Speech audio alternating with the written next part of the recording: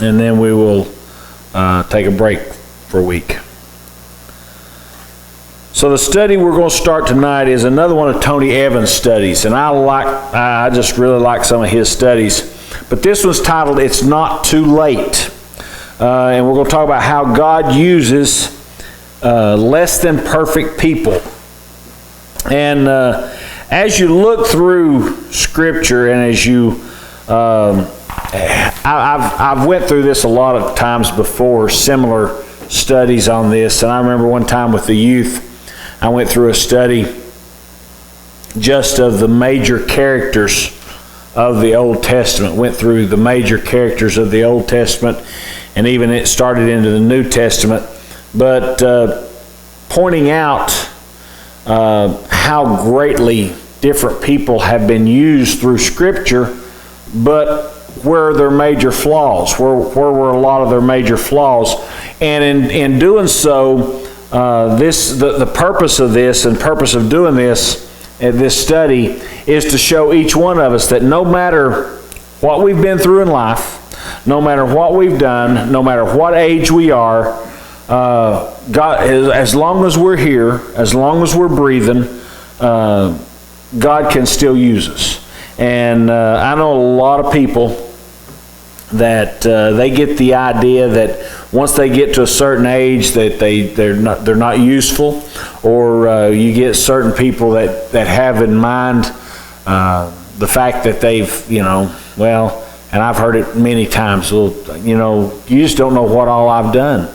God would never be able to use somebody like me. God would never want to use somebody like me. And in doing so, we minimize what God is capable of doing when we do that. When we say, well, God would never use somebody like me, that's just saying that God's not able to. And all through Scripture, and this is just a 6-week study on 6 different people, and this is we're not even going to touch all the different people that God used. As a matter of fact, just about everybody that God used had some flaws, and had some major flaws. And we're going to look at some of them and what they were. So tonight we're actually going to start with Moses. And as we look at Moses, and we look at what God did with Moses, first thing I want to look at is what Moses is most known for. Moses is most known for taking the children of Israel and this group of possibly as many as 2 million people, and going to Pharaoh and standing firm in front of Pharaoh and challenging Pharaoh and all of his magicians and all of his wise men, and challenging them, standing in front of them, and then leading the children of Israel and taking them and keeping them safe for 40 years as they journeyed through, and leading them into the promised land. That is what Moses is known for. All through, you look at anybody in Israel today, and they are, everybody, Moses is still the top. When you think about people of Jewish descent that are still most revered, 3 people in all of Israel's time are most revered, and that is Abraham, Moses, and David. And that stands true today. That was true in the in the New Testament. Everybody in the New Testament still talked about, we're children of Abraham. David was still talked about. Moses was still talked about. Elijah was still talked about as well. He'd probably be number 4 among the Jews today, and they're the people that they revere most. And matter of fact, Moses was so important and so revered that even on the Mount of Transfiguration, Moses and Elijah were the 2 that were there with Jesus. You didn't see Abraham with them. You didn't see Elisha with them. You didn't see David with them. It was Moses and Elijah. So that puts Moses up there pretty far to get that kind of status, to be on the Mount of Transfiguration. So Moses is well noted for this. And so we'll start out in Exodus chapter 2. We're going to talk about Moses' flaw. We're actually going to, if you want to put a finger in Exodus 2 and then one in Acts chapter 7, we'll be going back and forth from that some, and you'll see that they are actually very similar scripture, and in those two.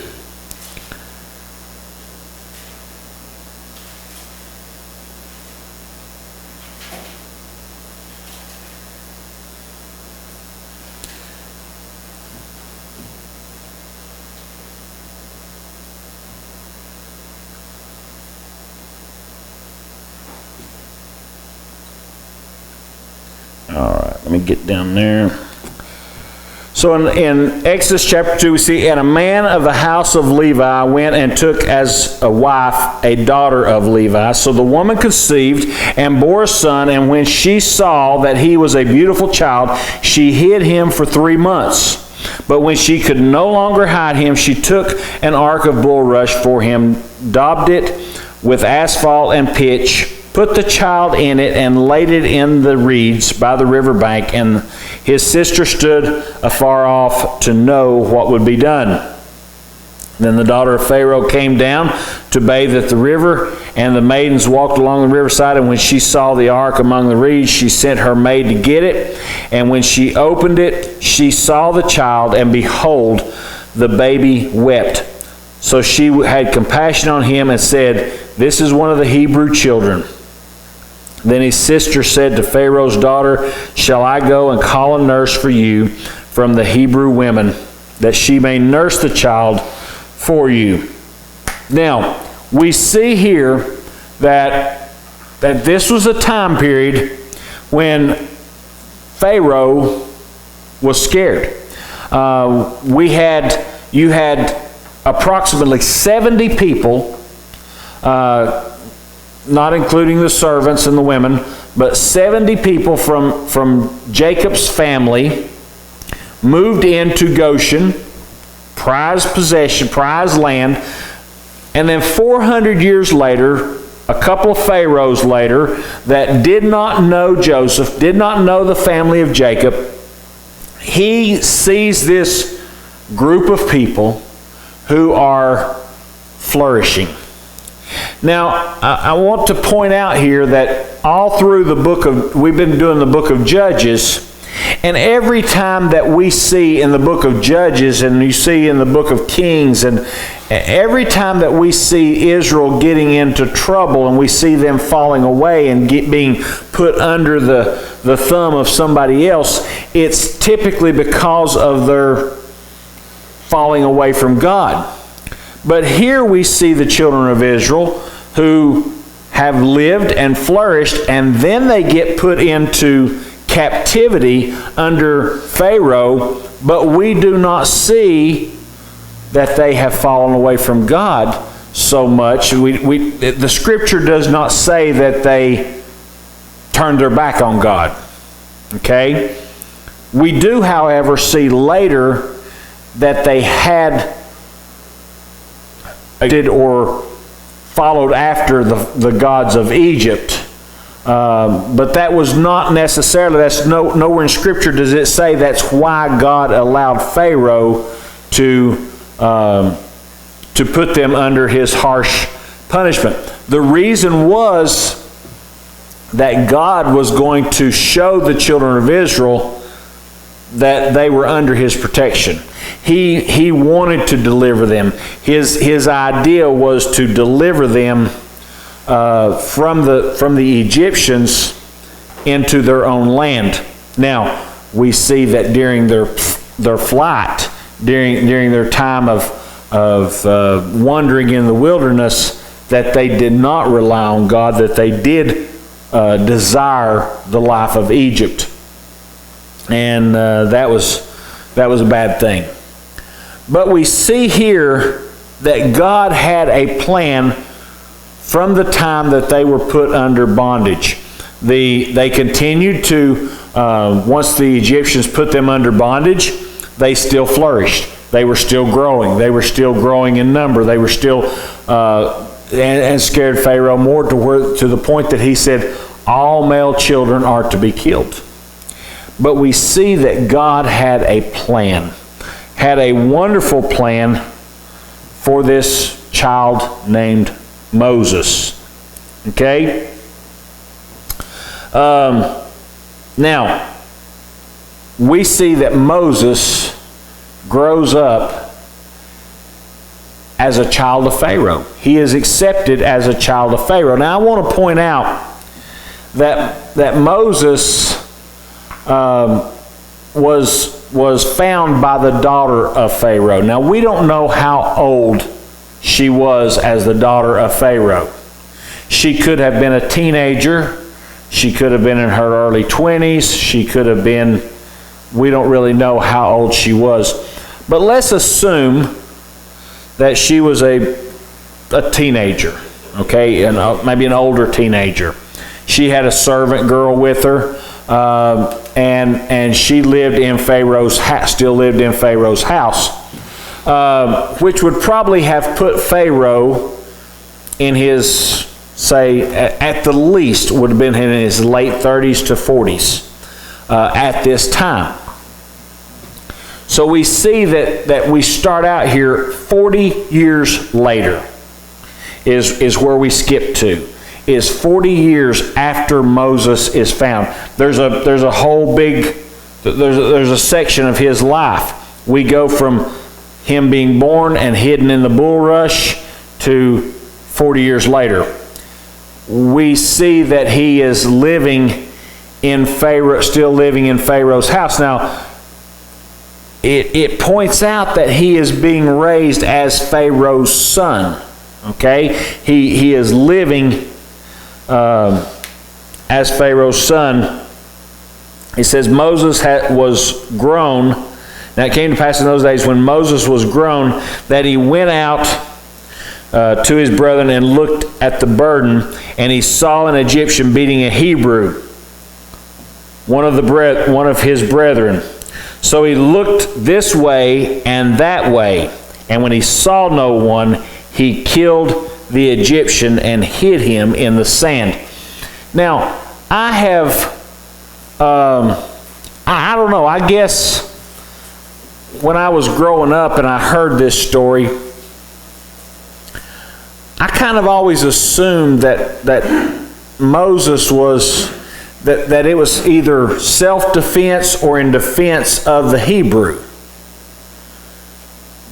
But now as I read this and I see that he looked this way and he looked that way and he checked things out and he made sure that nobody was looking and he killed him. And then he hid him in the sand. Now, that's murder. And in today's, you could say that that's premeditated murder, because he was aware of the consequences. He looked around to see if anybody was watching. Now, had it been a heat of the moment thing, he wouldn't have looked around. He wouldn't have checked. He wouldn't have checked around. It would have been if it had been self-defense, he would have just killed him. But it says that he looked both ways. He looked around to see if anybody was watching before he killed him, and then he hid him in the sand.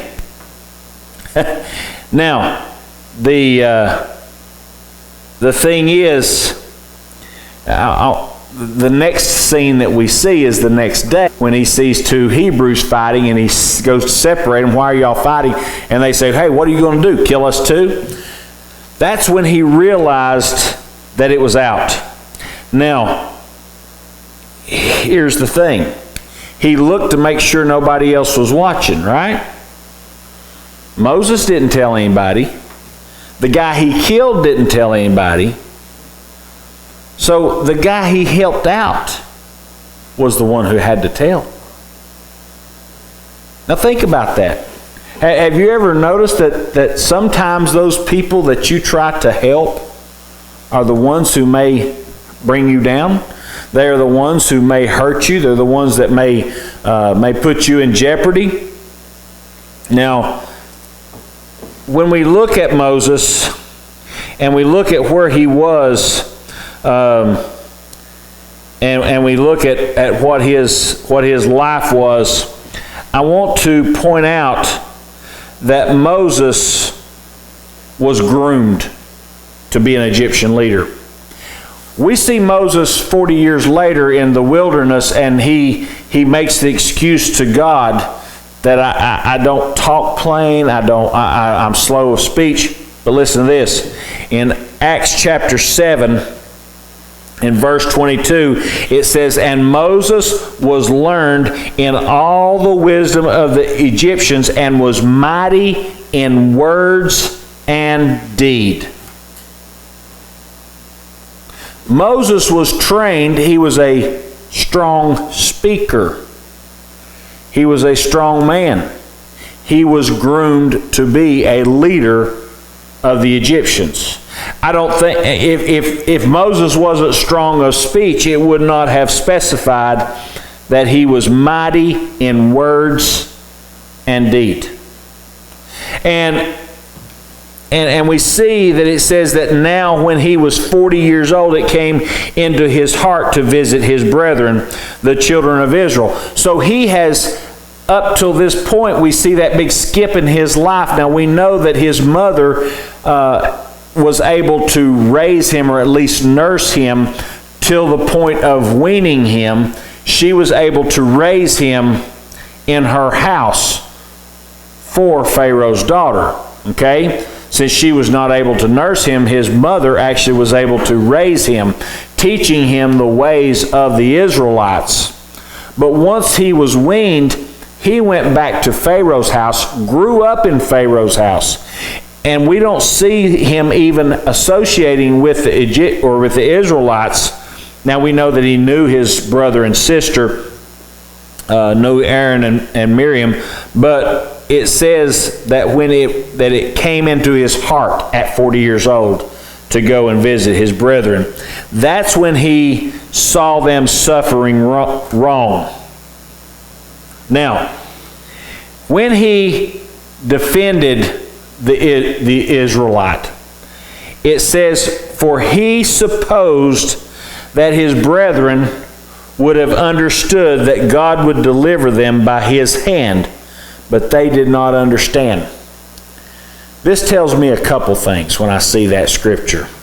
When I see that in verse 25 of Acts chapter 7, that it says, "For he supposed that his brethren would have understood that God would deliver them by his hand." That tells me that Moses has already heard from God. He already knows that God has a plan for him. Moses knew that he was to be Israel's deliverer. 40 years before the burning bush moment, right? He knew that he was supposed to be God's deliverer of the children of Israel before he killed the Egyptian. So he goes to visit. God puts it on his heart to go visit the Israelites. Moses goes, and I don't know what happened to him. I don't know if he decided, well, God's going to use me to deliver them. I'm going to do it one at a time, maybe. Maybe I'm going to kill them one at a time. I don't know what his motivation was. But the thing is Moses was raised as Pharaoh's son.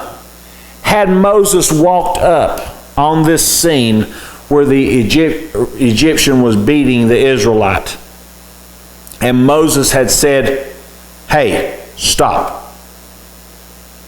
Moses had the authority in Egypt to have stopped it.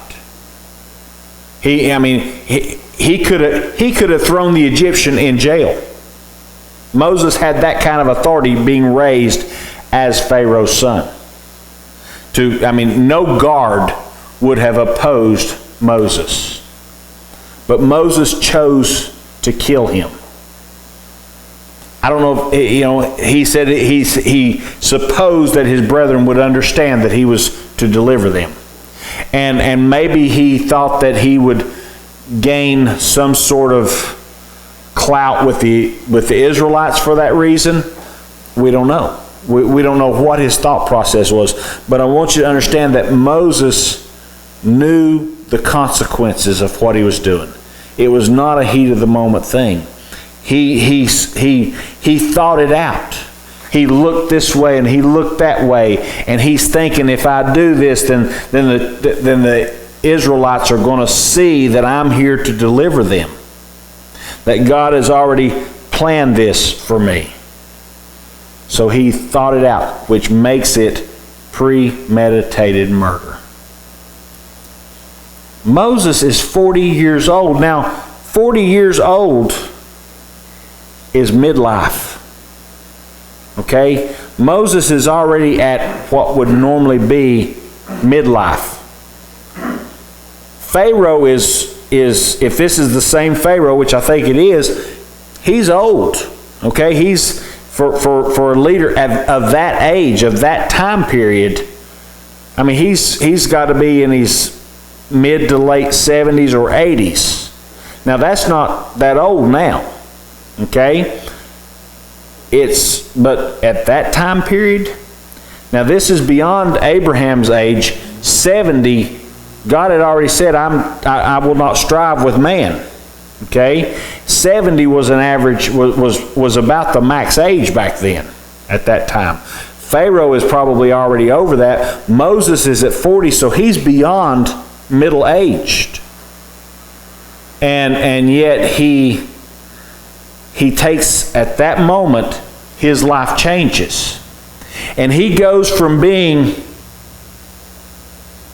top dog, okay? He's probably, in the top 10 people of the kingdom.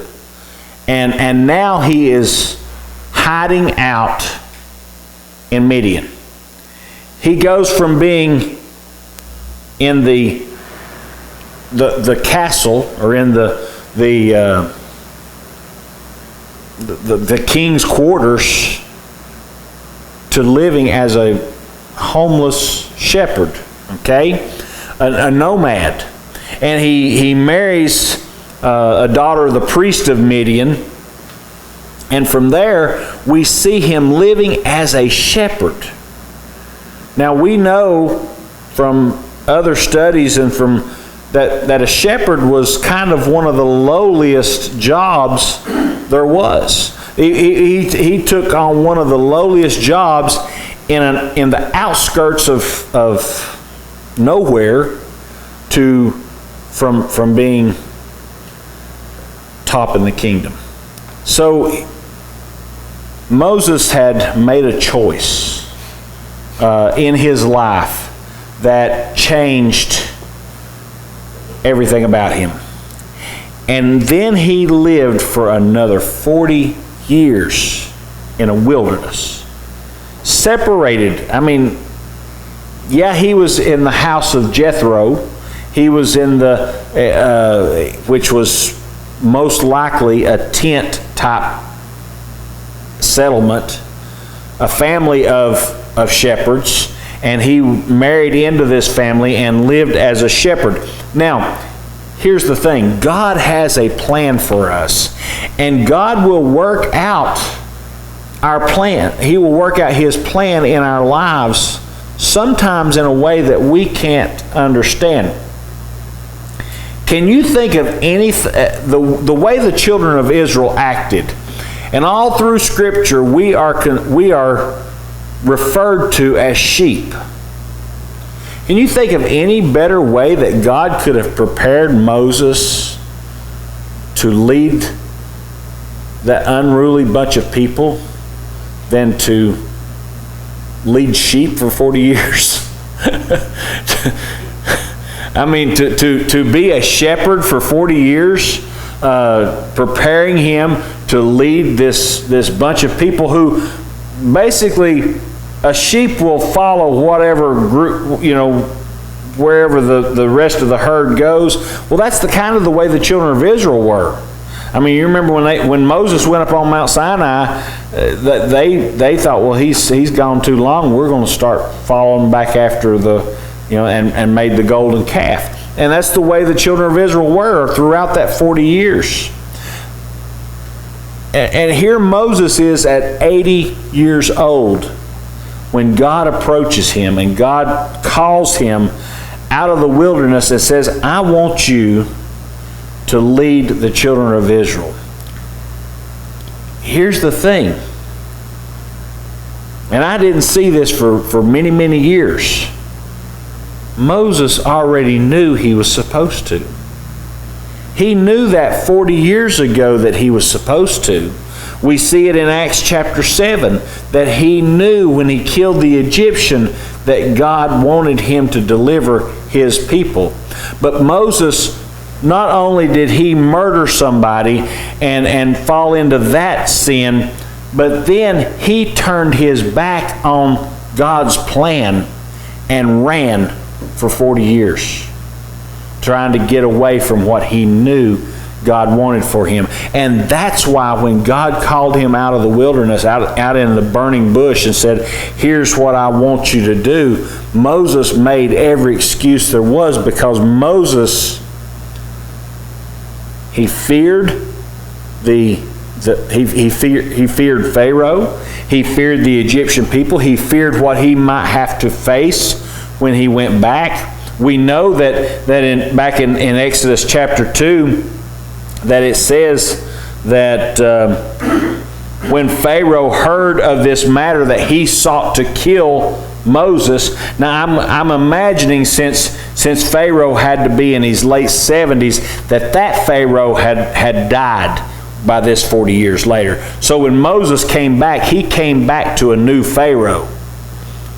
One thing that it never really brings out in Scripture was that Moses knew this Pharaoh that he faced.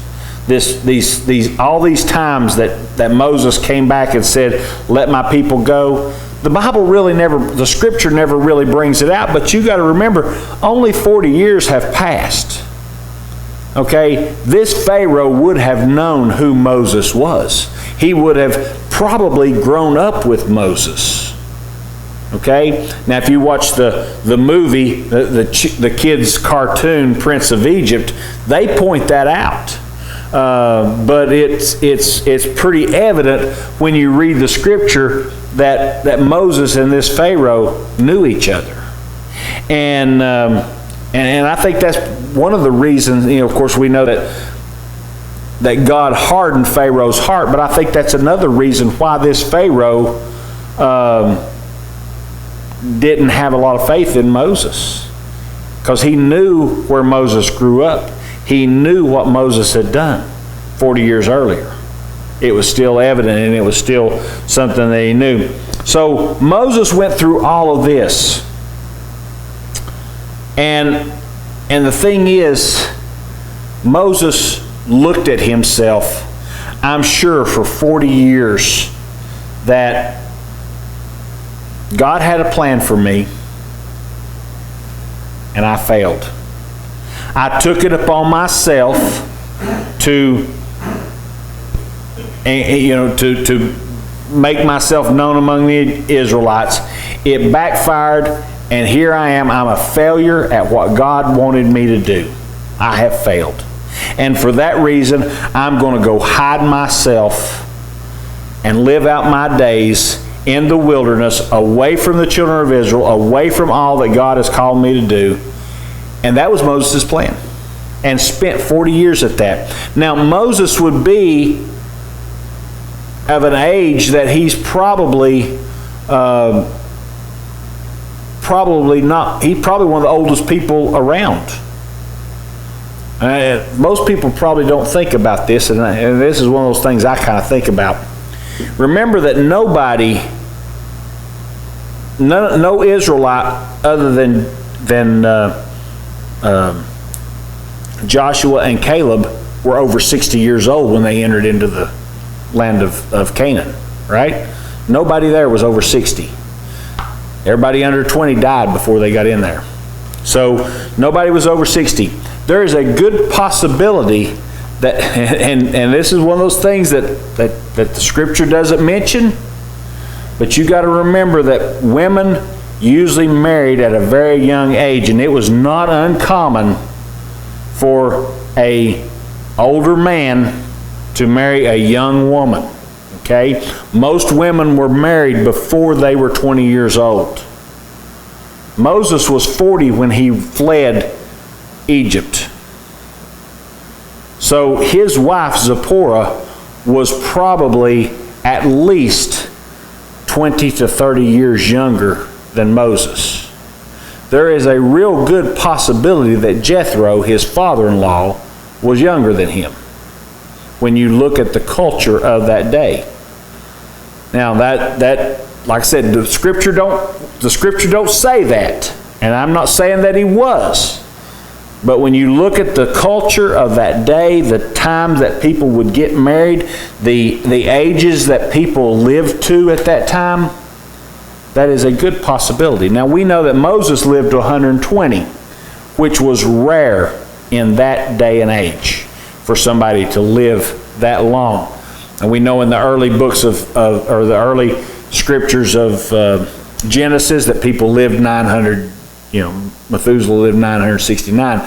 That was not normal. That was not the time that people lived in Moses' day.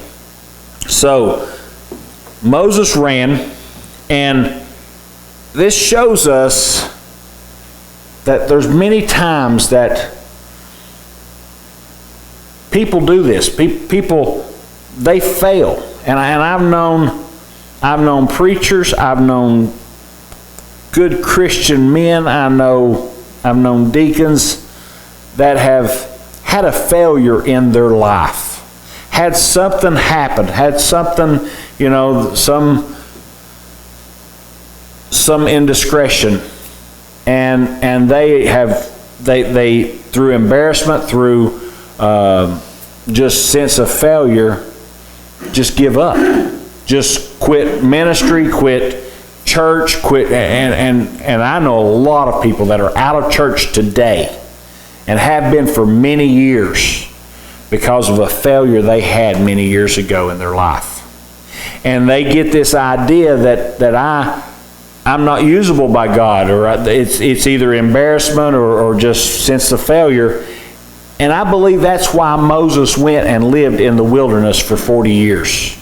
Because he knew the plan that God had, and yet he let down, he committed murder and ran for his life and hid out in the wilderness.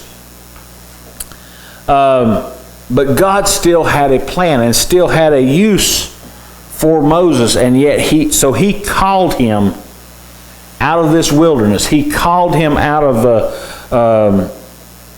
this place that he was, not only physically but in a mental state. I mean, what would drive somebody to live for 40 years just out in the wilderness with being a shepherd for that long, especially somebody who had known the good life, known the life of living in the lap of luxury. He would had to have been in a miserable spiritual and mental state as well, living out basically, like I said, as a nomad with just around his immediate family. But God still had a plan.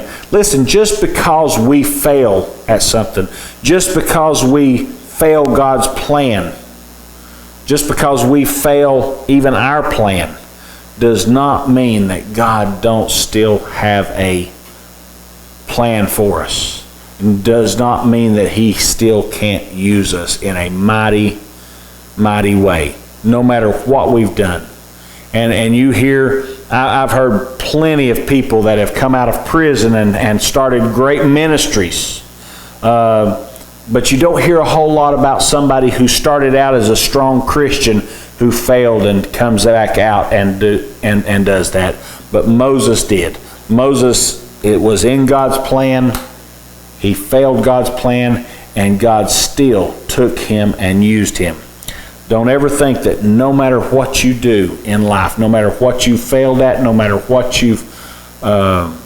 what has happened to derail you, God can still bring you back on track and still use you in a mighty way, no matter how much time has passed. I mean, think about it. Moses had as many years in the wilderness as he did being groomed to be a leader. And even after that, we know that Moses' excuse that he gave God was simply that. It was an excuse because the scripture says that he was mighty in words and deed. He was groomed to be a leader. So therefore, he was just simply making an excuse because he knew that he had failed. But God still used him. So that tells us a little bit about how God can use somebody that was a murderer and who ran from God. Does anybody have anything else to add to that?